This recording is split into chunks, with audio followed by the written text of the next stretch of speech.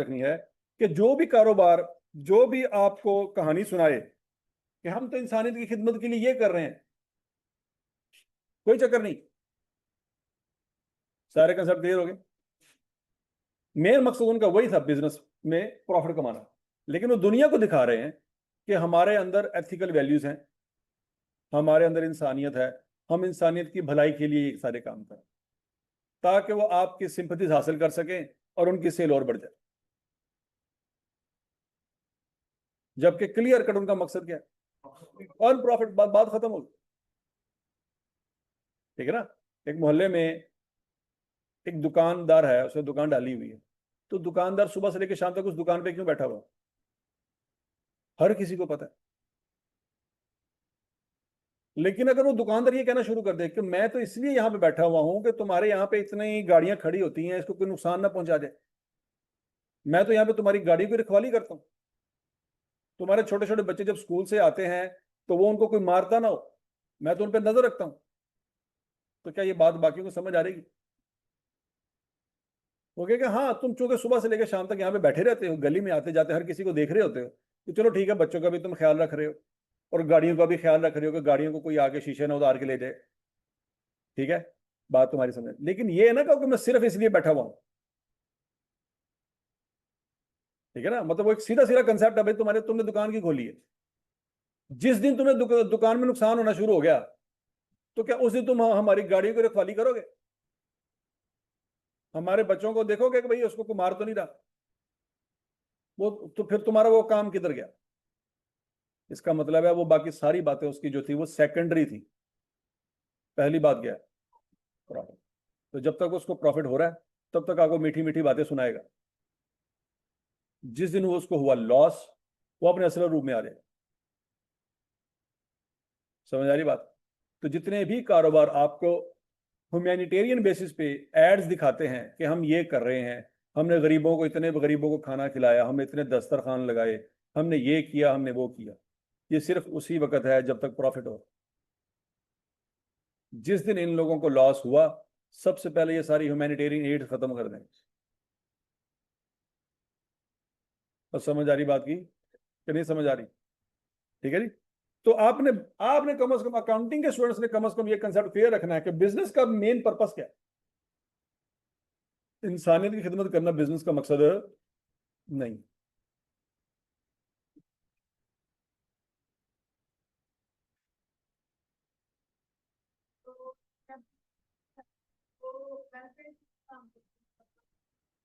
हाँ, जो ऐसे इदारे जो वेलफेयर के लिए काम करते हैं वो बिजनेस नहीं कहलाते। मस्जिद को हम कह सकते हैं बिजनेस है? मस्जिद को तो नहीं हम कह सकते। सोचो जरा।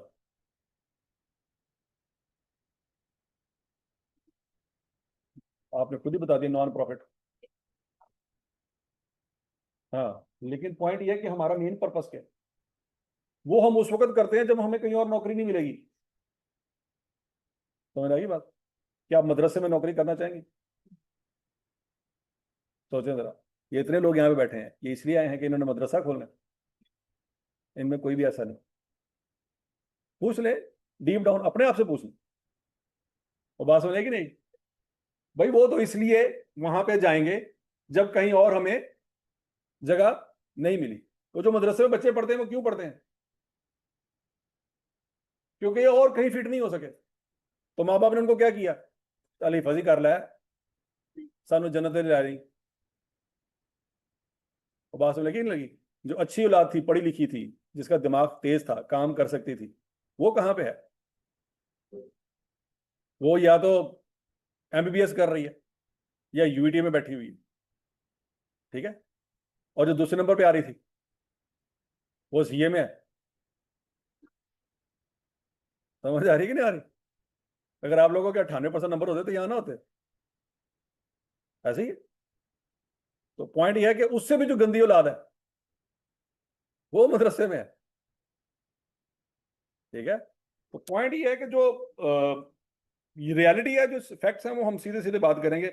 याद रखना बच्चों, जब आप किसी चीज को रियलिटी में पढ़ रहे होते हैं ना, तो फैक्ट्स आपके सामने होने चाहिए। फैक्ट्स यही है। समझ आई बात की? तो हमारा मेन पर्पस क्या अकाउंटिंग का? प्रॉफिट ओरिएंटेड ऑर्गेनाइजेशन का हिसाब किताब करना। हाँ, हम कुछ ऐसी चीजें भी पढ़ेंगे कि जहां पे नॉन प्रॉफिट जो ऑर्गेनाइजेशन होंगी उसकी भी हिसाब किताब को देखेंगे, लेकिन वहां पे जाना हमारा मेन मकसद है नहीं। पॉइंट समझ लग गया? हाँ, गवर्नमेंट अगर हमें जबरदस्ती वहां पे भेज दे कि जाओ भाई फलां फलां इदारे का आपने ऑडिट करना है, तो फिर हम जाएंगे। और गवर्नमेंट कहे कि ठीक है जी, तुम गए हो, पैसे तुम्हें नहीं मिलेंगे, तुम ऐसा करो जकात पे गुजारा करो, तो फिर हम जकात ले लेंगे? नहीं लेंगे। फिर हम कभी भी नहीं जाएंगे, फिर हम गवर्नमेंट के खिलाफ चले जाएंगे। भाई इसलिए थोड़ी सीए किया था कि तुम कह रहे हो चलो मदरसे में 5 साल तुमने रहना है और जो जकात मिलेगी उसमें तुम अपनी सैलरी निकाल लेना। तो हम कभी भी ये काम नहीं करें, हम वीजा लगवाएंगे, बाहर चले जाए, फायदा ही कोई नहीं। ऐसा वैसे सीए किया था। तो समझ आ रही बात की? तो बच्चों, हम अकाउंटिंग कर रहे हैं बिजनेस के लिए, और बिजनेस का मकसद क्या है? प्रॉफिट अर्न करना। अब प्रॉफिट निकलता कैसे है? प्रॉफिट निकलता कैसे, अगला सवाल ये कैंटीन वाला है, यहाँ पे कैंटीन वाला मार्केट से कुछ चीजें लेके आएगा सुबह के वक्त, अपनी दुकान पे रखेगा, आप लोग क्लास से फ्री होंगे, कैंटीन पे जाएंगे, कोई बिस्किट ले लेगा, कोई बोतल ले लेगा, कोई चाय ले लेगा, और वो पैसे देते हैं, चीजें उठा के खा लेते हैं, कंज्यूम कर लेते हैं। शाम के वक्त वो कैंटीन वाला बैठ के हिसाब करता है कितने पैसे आज इकट्ठे हुए। तो शाम के वक्त उसने जो पैसे काउंट किए, क्या वो प्रॉफिट है? बोलो जरा। वो प्रॉफिट नहीं। वो फिर क्या है? हाँ, अब उसने शाम को जो पैसे इकट्ठे किए तो टोटल पैसे हैं। ये टोटल हम उसको कह सकते हैं कि टोटल उसकी इनकम है। ये टोटल क्या है? इनकम कमाना बिजनेस का मकसद नहीं है, प्रॉफिट कमाना बिजनेस का पर्पस है। अब वो इस इनकम में क्या करेगा? वो खर्चे निकालेगा। वो कहेगा यार सुबह मैं फलां फलां फलां दुकान से मैं जो चीजें लेके आया था ना, उधार पे लेके आया था, तो ये पैसे मैंने उनको देने। ये मेरे आज के दिन का यहाँ पे जो मैंने बचा रखा हुआ था, उसके आज के दिन की 2,000 रुपया या 1,500 रुपया उसकी क्या है? मजदूरी है, ये मैंने इसको दे दी। बाकी ये जो पैसे बचे हैं ये क्या है? ये मेरा प्रॉफिट, ये मैं घर लेके जाऊं। समझ लगी? तो profit is equal to revenue minus cost. Revenue को उर्दू में क्या कहते हैं? कमाई। और कॉस्ट को उर्दू में क्या कहते हैं? खर्चे। कमाई जो उसने शाम के वक्त बैठ के पैसे काउंट किए वो क्या कहलाएगा? वो रेवेन्यू है या कमाई है? और जो उसने पैसे निकाल के लोगों को देने हैं वो क्या है? वो उसके खर्चे हैं या कॉस्ट? समझ लगी? तो प्रॉफिट कैसे निकलेगा? रेवेन्यू में से कॉस्ट को माइनस करेंगे। ये चीज आपने पढ़नी क्यूएम में। ये चीज आपने कहां पढ़नी है? क्यूएम में। अकाउंटिंग में कंसेप्ट वही है, लेकिन नाम थोड़ा सा डिफरेंट है। अकाउंटिंग में प्रॉफिट कहते हैं income minus expense. Income, income means वो पैसे जो शाम को काउंट करो उसको क्या कहते हैं? इनकम। क्यूएम के अंदर उसी को क्या कहेंगे? रेवेन्यू। और जो खर्चे वो निकाल रहा है, क्यूएम में वो कॉस्ट है, लेकिन अकाउंटिंग में उसको क्या कहेंगे? एक्सपेंस। फर्क समझ आ रहा है? कंसेप्ट सेम सेम है, बस वर्ड जो है वो डिफरेंट।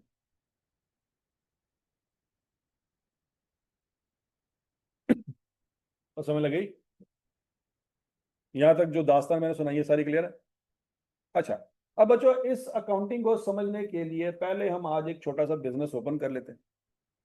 एक छोटा सा कारोबार आज हम शुरू करते हैं, तो बातें आसानी से समझ आ रही। फर्ज करें आप एक कारोबार करने करने लगे हैं। कौन सा कारोबार आप करेंगे? रेस्टोरेंट बनाएंगे, वेरी गुड। और? शाबाश शाबाश। है? स्मगलिंग कारोबार थोड़ी होती है। कारोबार से मुराद है वो चीज जिसको गवर्नमेंट देखे तो क्या ठीक है, वेरी गुड। हाँ जी। Bank, good. और? Grocery store. और? Very good. और? Institute, very good. और कारोबार है। कैसे गल्ला करते हैं? हाँ जी। बस वो सीए में आए हो, वो कारोबारी दिमाग लेके आओ। मेडिकल स्टोर वेरी गुड, शाबाश। और पेट्रोल पंप वेरी गुड। और तुसी भी कुछ खोलना है कि तुसी की करना है? आप लोग सीए क्यों कर रहे हो अगर आपके दिमाग में कुछ है ही नहीं? मैं ये गर्ल्स सेक्शन से बात कर रहा हूं। आप लोग सीए क्यों कर रहे हो? कुछ ना कुछ तो दिमाग में होना चाहिए। ये करने के बाद आपने क्या करना है? देखो, जब तक आपका दिमाग खाली है, आप ये सीए छोड़ दोगे 6 महीने बाद। आपका विजन क्लियर होना चाहिए कि मैं आज 18 साल की हूं, तो 24 साल तक मेरा सीए मुकम्मल होगा। 6 साल आप जिंदगी की इन्वेस्ट करने जा रहे हो। आपने एफएससी में 6 साल इन्वेस्ट नहीं किए। आपने मैट्रिक में 6 साल इन्वेस्ट नहीं किए। ये वो डिग्री है जिसमें आप 6 साल जिंदगी के लगाने जा रहे हो, मिनिमम। मैक्सिमम की कोई लिमिट नहीं है। और आप अपनी जिंदगी के कीमती तरीन 6 साल लगाने जा रहे हो। काश ये 6 साल पैदा होते ही शुरू हो जाते, तो 6 साल की उम्र तक हमें पता भी ना होता और सीए हो जाता। लेकिन मसला यह है कि ये हमारी जिंदगी के कीमती तरीन 6 साल हैं, 18 से लेकर 24 साल तक की जिंदगी। इससे पहले की जिंदगी और इसके बाद की जिंदगी वो डार्क है। ये वो गोल्डन पीरियड है जिंदगी की जिसमें बंदा कहता है यार अब जिंदगी एंजॉय कर रहे हैं। आप जिंदगी के वो 6 साल यहां पे लगाने जा रहे हो, तो कुछ ना कुछ तो सोचा होगा। नहीं सोचा तो भाई सोचो।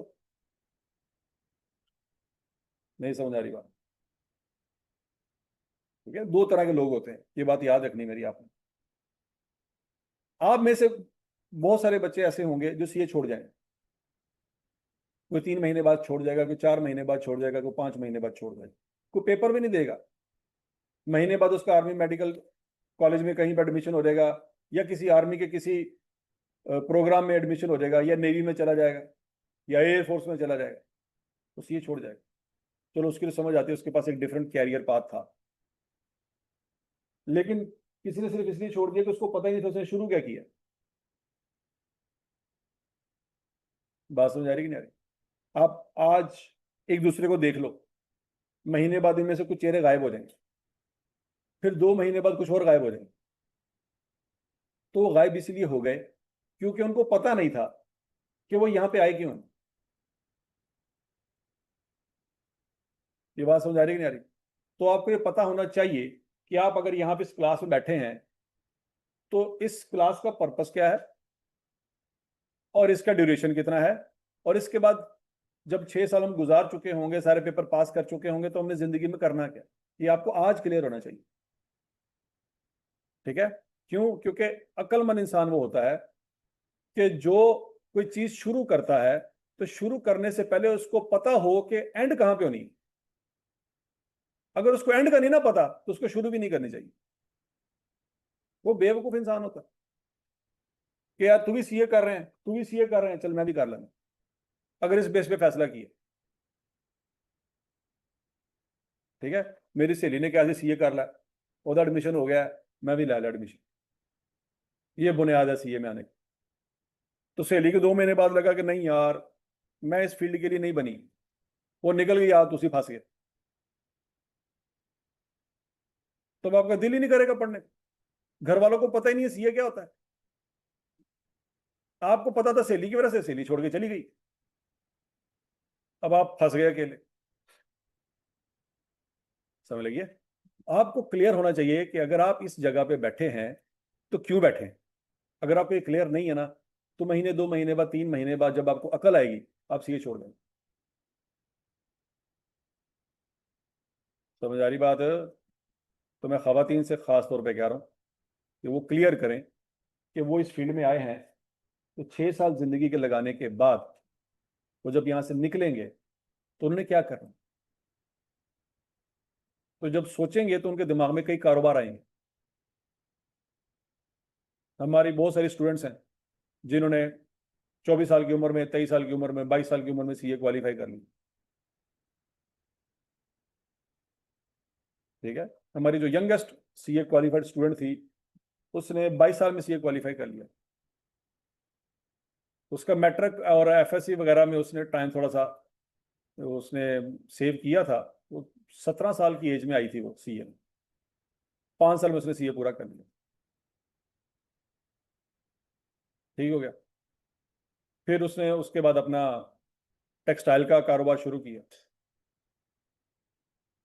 और आज कल उसका अच्छा खासा अपना बिजनेस है, पूरा कारोबार। उसने दुबई में जाके अपनी ब्रांचेज ओपन की, पाकिस्तान में पहले काम शुरू किया, फिर दुबई में उसने अपना सेटअप लगाया। तो पॉइंट ये है कि उसको क्लियर था उसने क्या करना जिंदगी में। अब इसकी शादी नहीं हुई थी और उसका कारोबार सेट हो चुका था। तो बात समझ आ रही कि नहीं आ रही? तो उसको पता था उसने क्या करना जिंदगी में। पॉइंट यही है कि जब आप वीएनलेस होते हैं ना, आपको पता नहीं होता कि आपने 5 साल बाद क्या क्या करना है, तो आपका आज का जो अमल है ना वो सही नहीं होता। आपको आज का पता ही नहीं होता आज मैंने सारा दिन मैंने क्या करना। नहीं समझ आ रही बात? ठीक है ना, आपको 5 साल बाद का पता होना कि मैंने 5 साल बाद ये करना है, तो आप आज उसके हिसाब से अपना दिन गुजारेंगे, तो आपको एक एक मिनट की कीमत का पता होगा, यार मेरा ये 1 मिनट बड़ा कीमती है, मैंने इसको इंस्टाग्राम पे जाया नहीं करना, मैं इसको फेसबुक पे जाया नहीं करना, स्नैपचैट पे जाया नहीं करना। क्लियर है? आपको आज का दिन फिर पता होगा कि मैंने आज के दिन करना है। लेकिन अगर आपको पता ही नहीं है आपने 6 महीने बाद क्या करना है, साल बाद क्या करना है, 2 साल बाद क्या करना है, तो आपका आज का दिन वेस्ट हो जाएगा। आपको समझ नहीं आनी कि मैंने ये 8-9 घंटे मैंने क्या करना है। आपके दिमाग में बस सोचेंगे सोचेंगे, कुछ नहीं समझ आ रहा, तो आप किसी से मशवरा करेंगे, यार मैं क्या करूं, मैं बोर हो रही हूँ। वो कोई बता देगा फलां सीजन देख लो।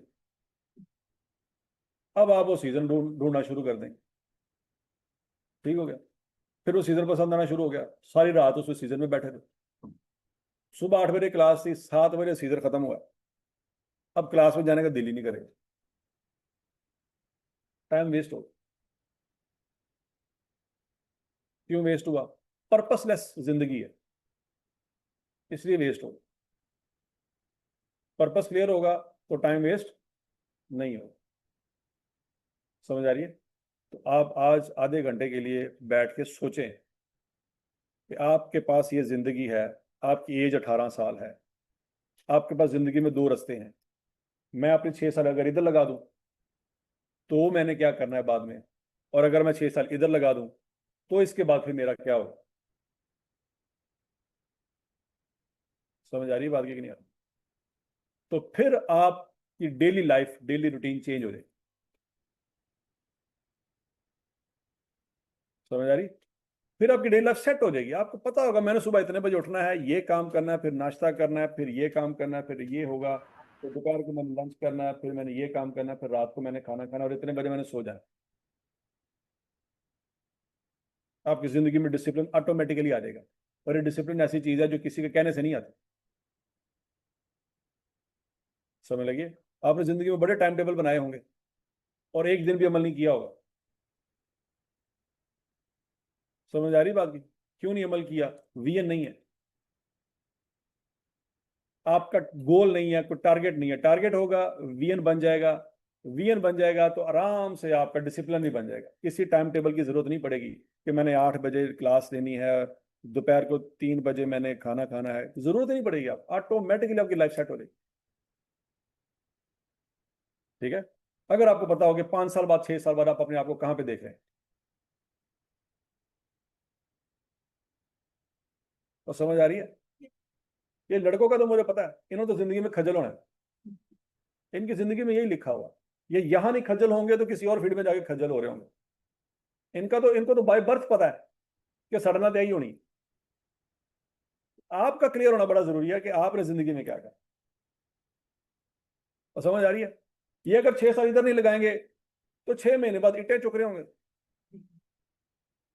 कोई रेडी लगा के बैठा होगा, फ्राइज बेच रहा होगा, कोई समोसे बना के बेच रहा होगा, रमजान का सीजन बड़ा अच्छा लगता है। ठीक है, इनको पता है कि हमने कुछ ना कुछ करना ही करना है, वेले नहीं बैठ सकते हम। आपने डिसाइड करना है, आपके लिए बड़ा इंपॉर्टेंट है कि आपने क्या करना। समझ लगी? चले जी, चले शाबाश, आज हम एक कारोबार खोलते हैं। फर्ज करो बच्चों, हमने एक सादा साफ सुथरा कारोबार शुरू करना है, और उस कारोबार के लिए आपको कोई पैसे चाहिए। तो दुनिया में ऐसा कोई कारोबार है जो बगैर पैसों से शुरू हो जाए? तो जो दुनिया में बंदा आपको मोटिवेशनल स्पीकर ये कहता है ना कि मैंने कारोबार शुरू किया था, मैंने 1 रुपया भी नहीं लगाया था, वो झूठ बोलता। सीधी सी बात। अगर बगैर पैसों के कारोबार होता ना, तो आप में से कोई भी यहां पे ना बैठा होता।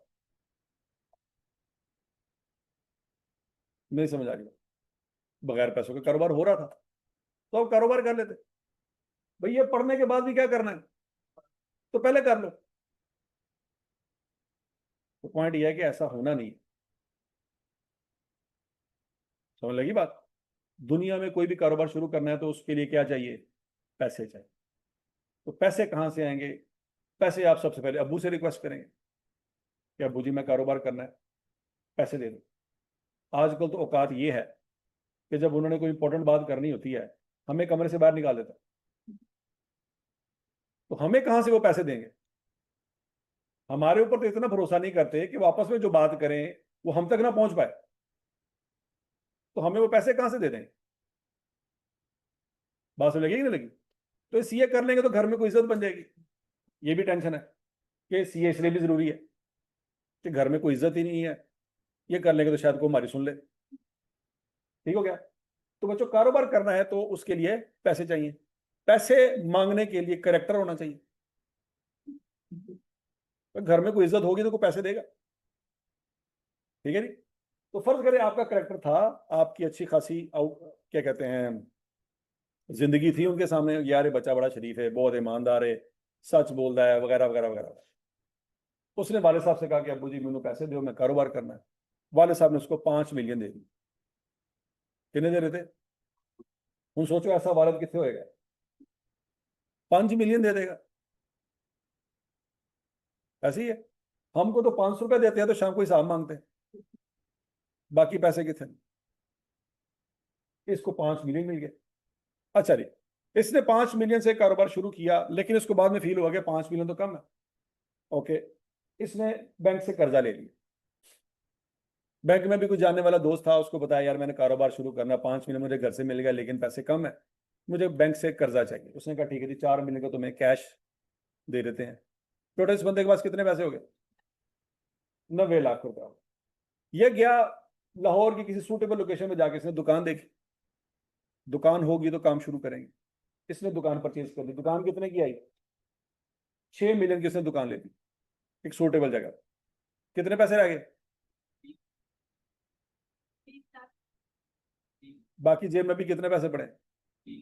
देखो मैं आप लोगों से इसलिए बात कर रहा हूं कि मुझे लगता है कि आप कारोबारी दिमाग रखते हैं। अगर आप कारोबारी दिमाग नहीं ना रखते, ये पेपर पास नहीं होना। हम अकाउंटिंग पढ़ रहे हैं ना, अकाउंटिंग कहाँ पे अप्लाई होती है? बिजनेस पे।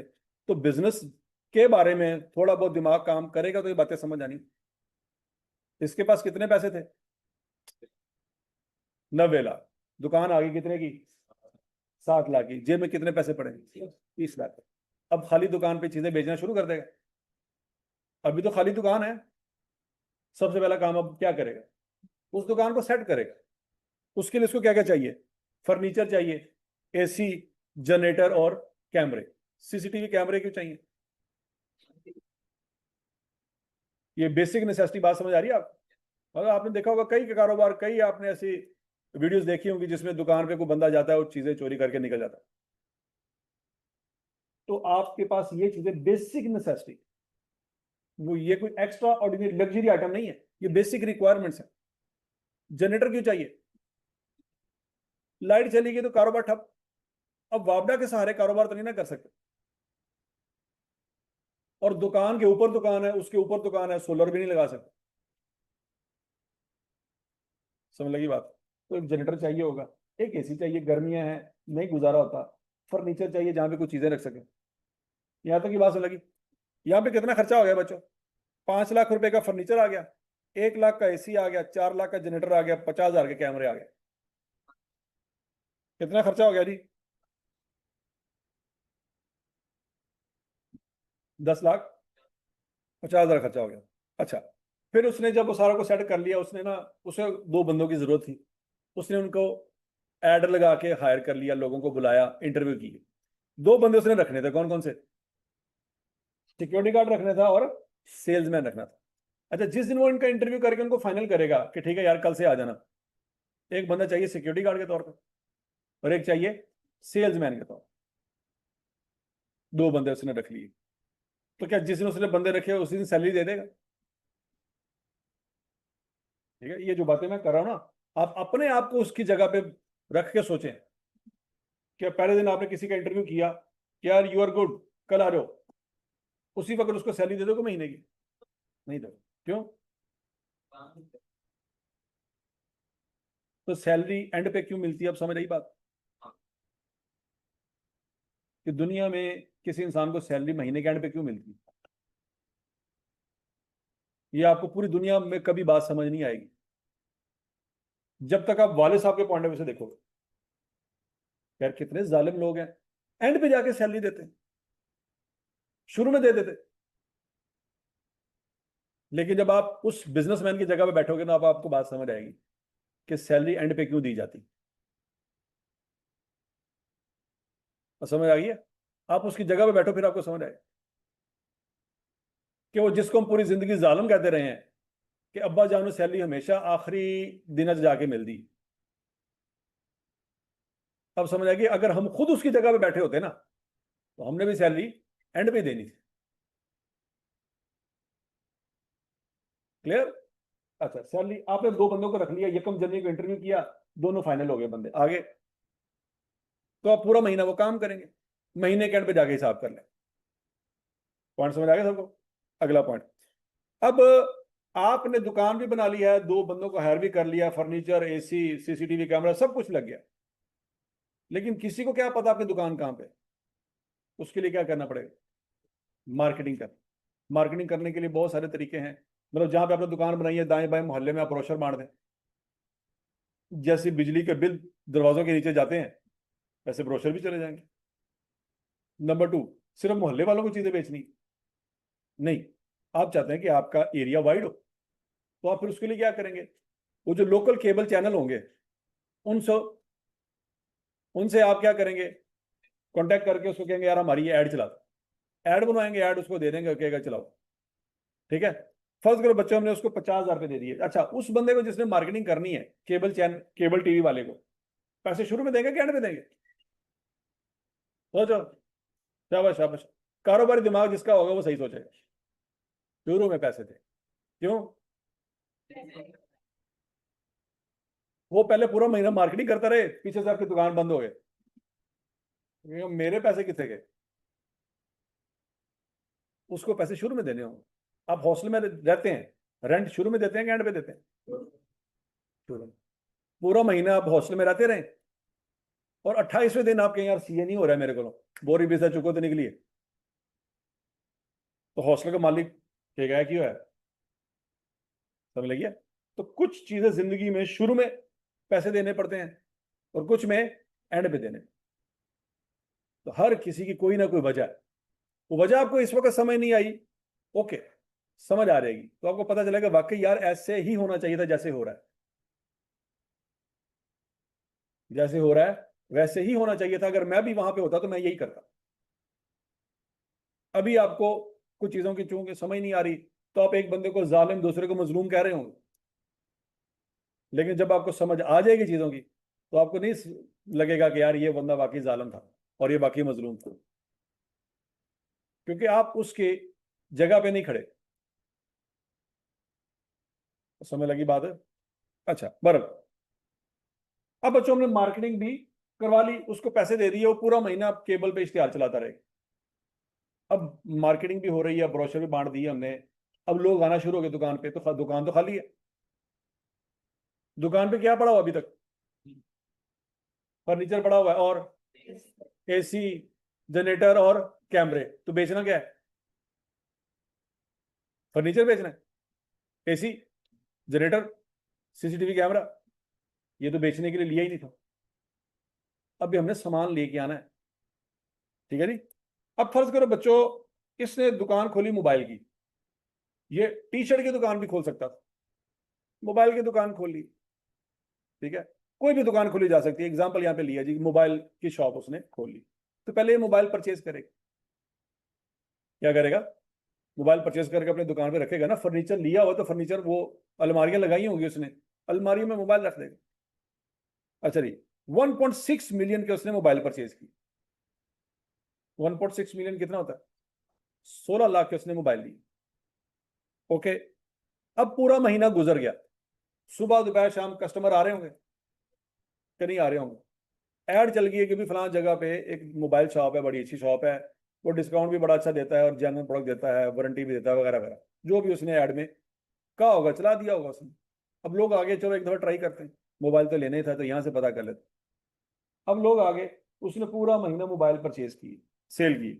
अब पॉइंट नंबर 8 पढ़े, ही sold mobile costing 1.2 million for 2 million cash. क्या मतलब है इसका?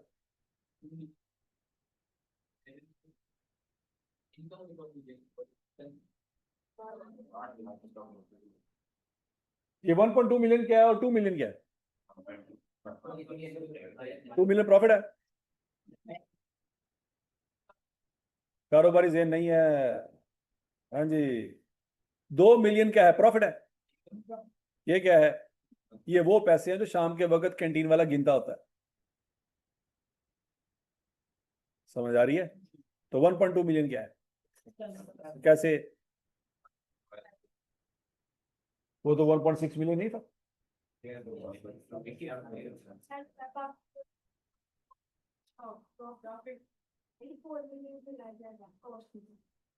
शाबाश शाबाश, कारोबारी दिमाग बहुत चाहिए। देखो कारोबारी इंसान जो होता है ना, वो स्ट्रेट फॉरवर्ड होता है?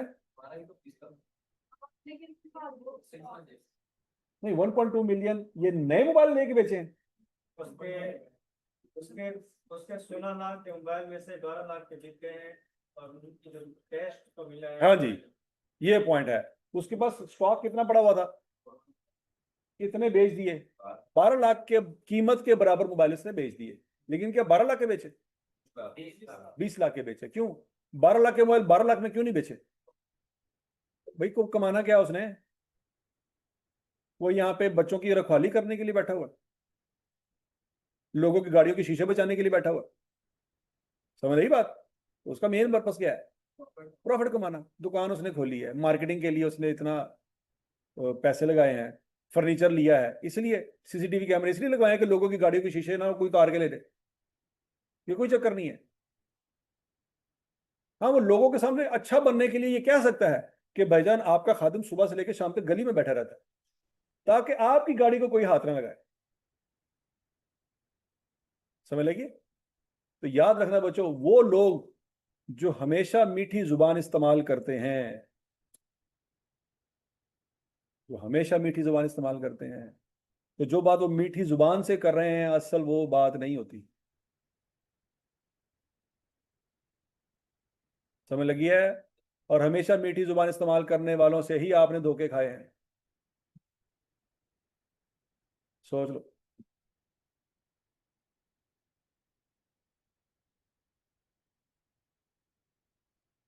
समझ लगी है?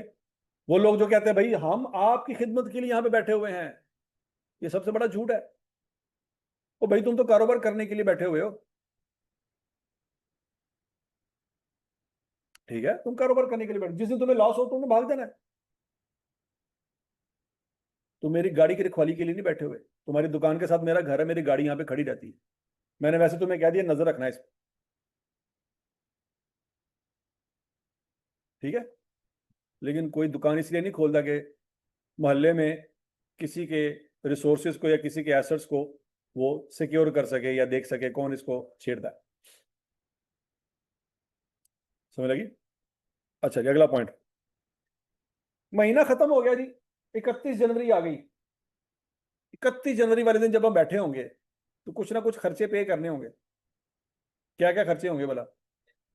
वो 2 बंदे रखे थे हमने, याद है? सिक्योरिटी गार्ड को हमने सैलरी देनी है कितनी? 30,000। और सेल्समैन को सैलरी देनी है कितनी? अब जरा सोच समझ के जवाब देना, कॉमन सेंस यूज करनी है। इन दोनों में से खतरनाक जॉब किसकी है और आसान जॉब किसकी है? लेकिन पैसे ज्यादा किसको मिल रहे हैं और कम किसको मिल रहे हैं? क्यों?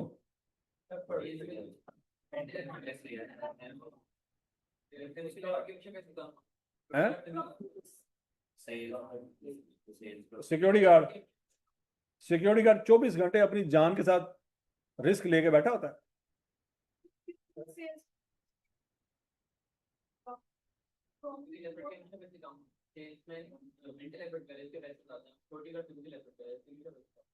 मेंटल एफर्ट वो जरा अपना सारा कुछ यूज कर रहा है वो। अच्छा, सिक्योरिटी गार्ड माइंड भी यूज कर रहा है, इतना नहीं कर रहा। वाह भाई वाह।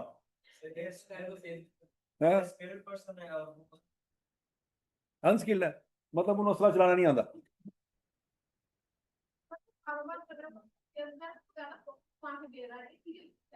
हाँ जी, ये बात याद रहनी बच्चों कि कारोबारी बंदे के लिए सेल्समैन ज्यादा इंपॉर्टेंट है। क्यों? ये देखो, कारोबारी बंदा भी तो एक बंदा ही है ना, खुदा तो नहीं है। नहीं बात समझ आई? कारोबारी इंसान भी जब किसी दो बंदों के बीच में फैसला करता है कि यार कौन ज्यादा वैल्यूएबल है, कौन कम वैल्यूएबल है, तो वो खुदा बन के फैसला नहीं कर सकता। ठीक है, अल्लाह इस तरह से फैसला नहीं करता कि सिक्योरिटी गार्ड है, सैलरी घट रखो, ज्यादा रखो। अल्लाह इस तरह के फैसले नहीं करता। ये चूंकि कारोबारी बंदा इंसान है और इंसान के साथ बहुत सारी खामियां अटैच है, तो ये बायसनेस शो कर रहा है। क्या शो कर रहा है? बायसनेस। ये न्यूट्रल होकर फैसला नहीं कर पा रहा। इसको वो बंदा अच्छा लग रहा है जो पैसे निकाल रहा है लोगों से। और सिक्योरिटी गार्ड सुबह से लेकर शाम तक वेला खड़ा है। वो जो मालिक है उसको नजर आ रहा है तो सुबह से लेकर शाम तक ही है वेला खड़ा है। और ये सुबह से लेकर शाम तक क्या कर रहा है? लोगों को मोबाइल बेच बेच के पैसे निकाल रहा है। हमेशा याद रखना एक बात कि कारोबारी इंसान को वो बंदा अच्छा लगता है जो चीजें बेच के पैसे निकलवाता है लोगों से। वो बंदा अच्छा नहीं लगता जो सुबह से लेकर शाम तक वेला खड़ा है। जो लोगों से पैसे नहीं निकलवा सकता ना, कारोबारी बंदे के दिमाग में वो एक कॉस्ट फंक्शन है कि बस जब खर्चा कर रहे हैं कुछ ले आके नहीं दे रहे। लेकिन सेल्समैन उसको अच्छा लगता है। तो दुनिया की कोई भी कंपनी है ना, उसमें मार्केटिंग का डिपार्टमेंट हो, सेल्स का डिपार्टमेंट हो, ठीक है जी, ये डिपार्टमेंट किसी भी दुनिया के एम्प्लॉयर के लिए बेहतरीन डिपार्टमेंट होता है। और सबसे ज्यादा मौजे भी इन लोगों की। टारगेट दिया जाता है भाई 3 महीने में तुमने ये काम करना है, तुर्की भेजूंगा घूमने फिरने के लिए। तुर्की जा रहे हैं लोग। फिर अगले 3 महीने में तुम्हारा ये टारगेट है, ये पूरा करो, मॉरिशस चले जाओ महीने के लिए। फिर तुम्हारा अगले 3 महीने का टारगेट है, ये पकड़ो यूएसए का वीजा लगवा देता हूं, जाओ। सिक्योरिटी गार्ड पूरी जिंदगी में दुबई तक नहीं जा सकता, ठीक है, उमरी भी नहीं जा सकता। नहीं समझ लगी? मतलब जिस दिन संडे है सब कुछ बंद है, सिक्योरिटी गार्ड फिर भी खुलता है। समझ आ रही बात की नहीं आ रही? तो ये दुनिया का एक निज़ाम है। हाँ, इसमें आप कह सकते हैं कि सर ये तो ज्यादती है, बात आपकी ठीक है, लेकिन पॉइंट ये है कि ये ज्यादती आपने भी करनी। जब आप बिजनेसमैन की जगह पे खड़े होंगे तो आप भी यही देख रहे होंगे। ठीक हो गया? तो बच्चों, इसका मतलब ये हुआ कि जरूरी नहीं है इस दुनिया में जो बंदा ज्यादा मेहनत करता है उसको ज्यादा पैसे मिले। समझ आ रही बात? ये जरूरी नहीं है जो इस दुनिया में बंदा ज्यादा मेहनत करता है उसको पैसे भी ज्यादा मिले। अमेरिका में कोई बच्चा ऐसा भी बैठा हुआ होगा इस वक्त जो आपसे बहुत ही कम पढ़ा लिखा होगा, आपने फिर भी एफएससी में बड़ी मेहनत की होगी, उसने इतनी भी नहीं की होगी, लेकिन एक छोटा सा काम करेगा जिससे अर्निंग आना शुरू हो जाएगी और वो अर्निंग आपकी शायद पूरी जिंदगी की अर्निंग से ज्यादा होगी।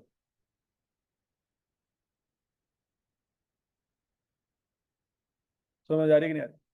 अब वही बात आप अपने ऊपर भी अप्लाई करके देख लें कि आप भी आज के दौर में कोई ऐसा काम, कोई ऐसा आइडिया सोचें कि यार हाँ ऐसे करके ऐसे कर लेना तो कुछ ना कुछ तो पैसे बंदा बना ही सकता है। वो पैसे उन पैसों से ज्यादा होंगे जो मजदूर सुबह से लेकर शाम तक ईंटें उठा के लेके जाता होगा। और शाम के वक्त उसको जो पैसे मिलते हो, ईंटें उठाने वाले को पैसे कम मिले। आप एसी में बैठ के एक छोटा सा आइडिया सोचा, उस पर थोड़ा सा वर्किंग की है और आपको पैसे ज्यादा मिले। ठीक है जी। तो ये दुनिया का निज़ाम है, इसमें बहुत ज्यादा खामियां भी हैं, लेकिन खामियों के साथ इंसान जुड़ा है। हमने ऐसे फैसले करने हैं, ऐसे ही फैसले होने। समझ लगी बात। दूसरी बात, एहसास करने वाला बंदा दुनिया की नजर में अच्छा तो होगा, लेकिन वो कारोबारी नहीं हो सकता। वो कारोबार नहीं कर सकता, अगले महीने कारोबार ठप करके बैठा होगा। ये बात आपने अच्छी तरह से याद रखें। एक कारोबारी बंदा ये नहीं सोच रहा होगा कि यार सेल्समैन फारा कर रहे हैं, ये सिक्योरिटी गार्ड सेल्समैन तो उत्ते रख लेंगे, तो इनू 40,000 दे रहे हैं। ये सारा दिन बेचारा धूप में खड़ा रहता है, ये सारे बाकी सारे अंदर बैठे हुए हैं एसी में। मतलब बैंक में जाए तो क्या होता है, वो सारे टाइयां शाइयां लगा के अंदर बैठे होते हैं और सिक्योरिटी गार्ड बाहर खड़ा होता है। अब पॉइंट यह कि सिक्योरिटी गार्ड को भी अगर अंदर लेके जाके एसी के नीचे बिठा दें, तो फिर सिक्योरिटी गार्ड का पर्पस फॉत हो गया। अंदर आके डाकू से सलाम ले रहे होंगे, सलाम, क्या चल भाई, ठीक हो, एसी इंजॉय कर रहे हो, करो। 80 बारो गर्मी चो आए हैं, सारा कुछ हक बंद है, तो तुसी इंटरफेयर नहीं करना, तुसी अपना एसी इंजॉय करो। पॉइंट सुन लगे। फिर वो सिक्योरिटी का पर्पस फॉत हो। हाँ चलो, एक जमाना आएगा रोबोट आ जाएंगे, तो सिक्योरिटी का पर्पस रोबोट पूरा कर दिया करेगा। फिर सिक्योरिटी गार्ड को कहेंगे भाईजान आप कुछ और स्किल हासिल कर लें और आप एसी के साथ जिंदगी इंजॉय करें। लेकिन फिलहाल यही चलेगा। यहां तक की बात समझ लगी। तो बच्चों फिलहाल यहां तक की बातें जो मैंने आज आपको पढ़ाई क्लियर है? यहां तक कोई प्रॉब्लम, कोई कंफ्यूजन, कोई बात समझ ना आती हो, कोई सवाल पूछना हो आपने? ठीक है, चलो आज बेसिकली हमारा टाइम 10:15 तक था, 10:15 में क्लास खत्म होनी थी। ठीक है, चलो बाकी फिर इंशाल्लाह कल डिस्कस करें।